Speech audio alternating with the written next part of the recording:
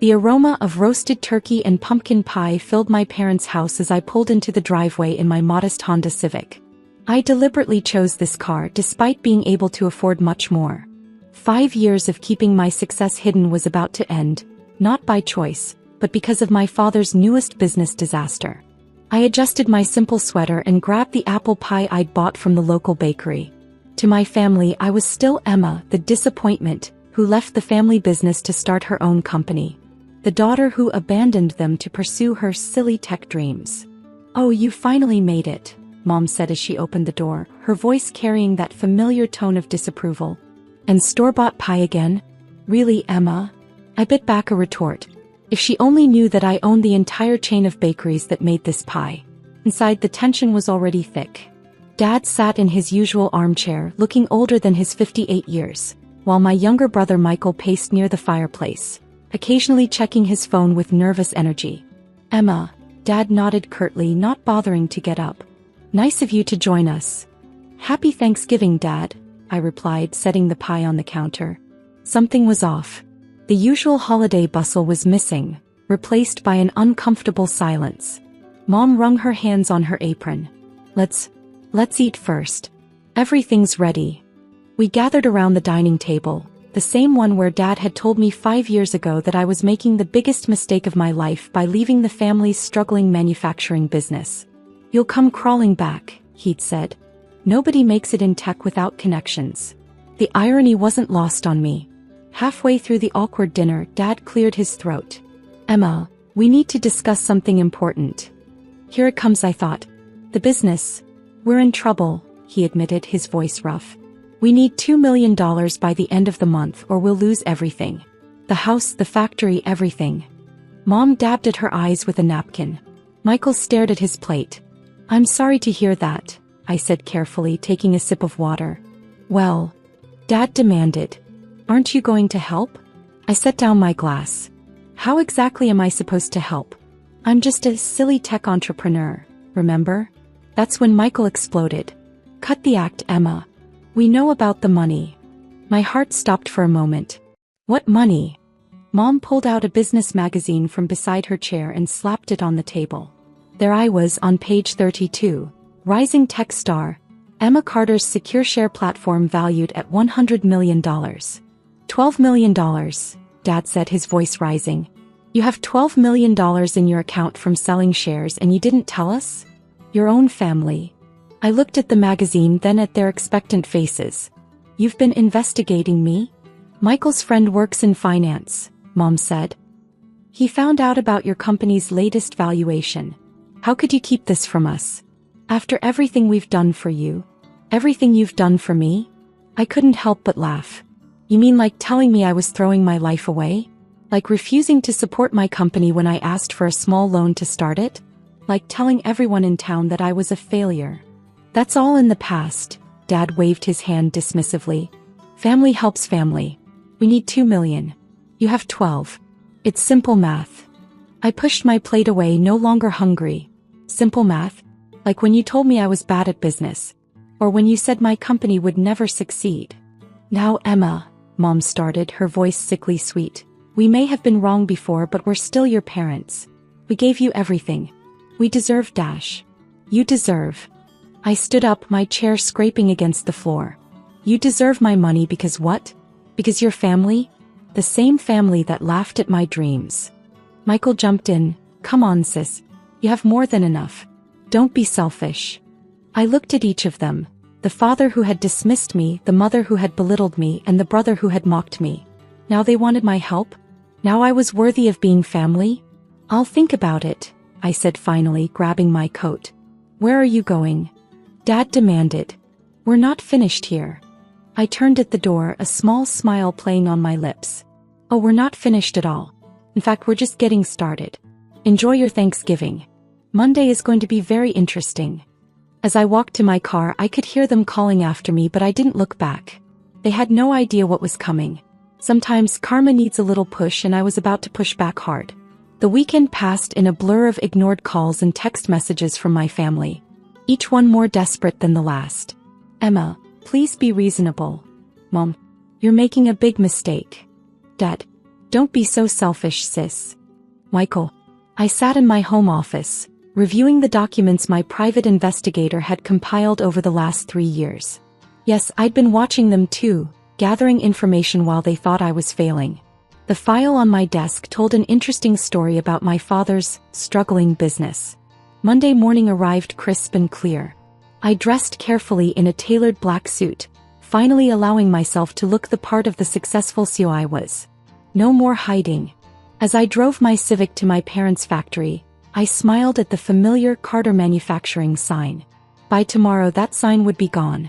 The security guard's eyes widened as I walked in.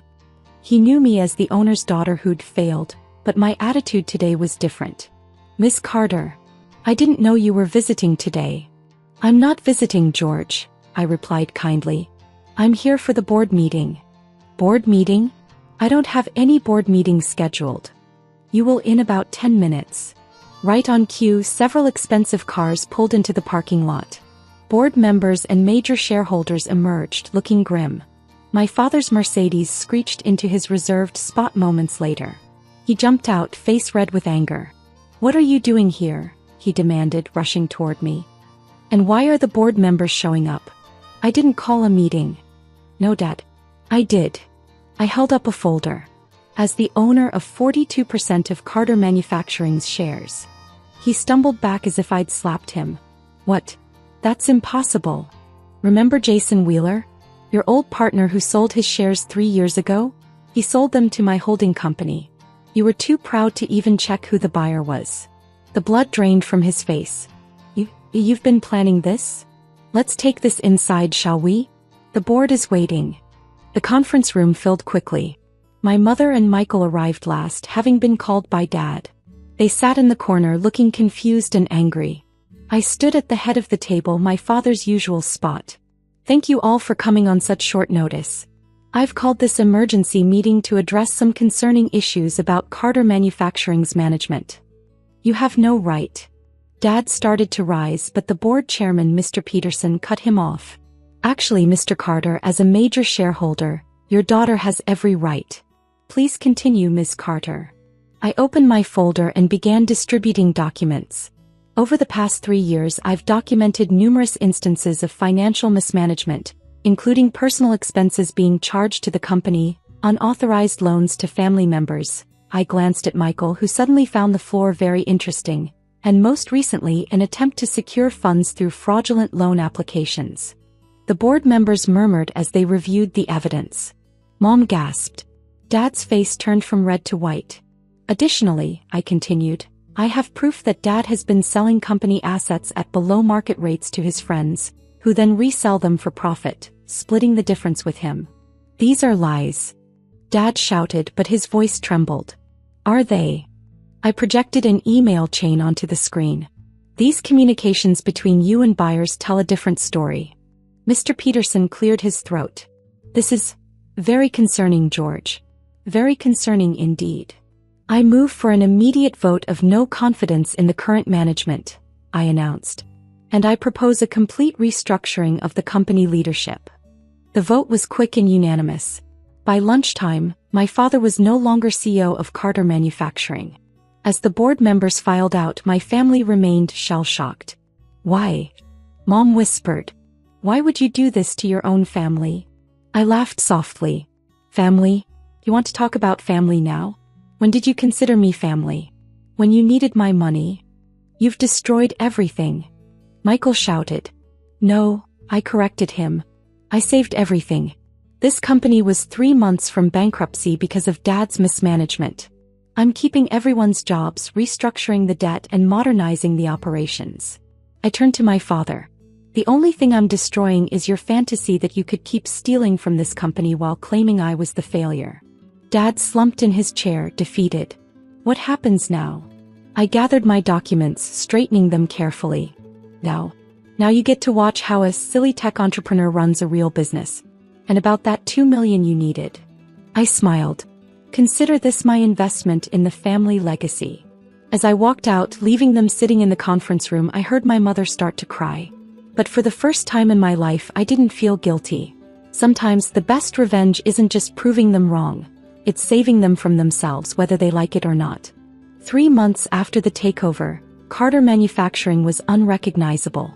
The old, dingy offices had been renovated into modern workspaces. The factory floor hummed with new equipment, and employee morale had skyrocketed thanks to the improved working conditions and better benefits I'd implemented. I sat in what used to be my father's office, now transformed into a sleek command center for the company's operations. The old leather furniture and hunting trophies were gone, replaced by clean lines and digital displays showing real-time production metrics. Sarah, my assistant, knocked on the door. "Your parents are here for the monthly family meeting." These meetings had been my idea, a chance for healing but on my terms. The first 2 meetings had been tense disasters, with Dad barely speaking and Mom crying. Today would be different. They entered looking smaller somehow. Dad had lost weight and Mom's designer clothes had been replaced by more modest attire. 3 months without access to company funds had changed their lifestyle considerably. "Sit down," I gestured to the chairs. "We have a lot to discuss." Dad cleared his throat. "Before we start, we've been doing some thinking." "And therapy," Mom added quietly. I raised an eyebrow but stayed silent. "You were right," Dad continued, the words seeming to physically pain him. "I destroyed this company. My pride. My stubbornness." He looked around the office. "What you've done here in 3 months, I couldn't do in 30 years. The company's value has tripled," I stated. "Employee satisfaction is up 85%. We've secured contracts with major tech firms for our new line of precision components." "I know," he nodded. "George from the floor told me. They all love working here now." Mom reached for my hand across the desk. I let her take it, surprising myself. "We were wrong about you, Emma. So wrong." Tears filled her eyes. "When you left, we were angry because we thought you were rejecting us. We never considered that we were the ones rejecting you." "And Michael?" I asked. "Where is he today?" "He's at Anderson Manufacturing," Dad said. "Entry level. No favors, no company money. He's learning the hard way." I opened my laptop. "Here's the 5-year plan. With our contracts and upgrades, we can be the top manufacturer in 3 states. Dad's eyes widened at the numbers. "I'm offering you both jobs," I said. "Not as owners, just employees. Dad, train new hires on old machines. Mom, use your contacts for outreach." They looked shocked. "You trust us?" Mom asked. "Trust is earned," I said. "Entry level only. No favors, no company funds. Report to your supervisors like everyone else. Take it or leave it." Dad's hands shook as he signed. "When do we start?" "Monday." "Him. Don't be late." At the door, Dad paused. "That Thanksgiving, you already owned half the company, didn't you?" I smiled. "Enough to know you were in trouble. The $12 million you wanted, I invested it here. Saved the business and hundreds of jobs." "I'm sorry," he said. "Prove it," I replied. After they left, I walked the factory floor. Workers nodded as I passed. I stopped at a photo of the 1985 team with my grandfather. Under was a plaque. "The future is built on the foundation of the past. But only those who adapt will survive." My phone buzzed. Michael texted, "Made it through my first week.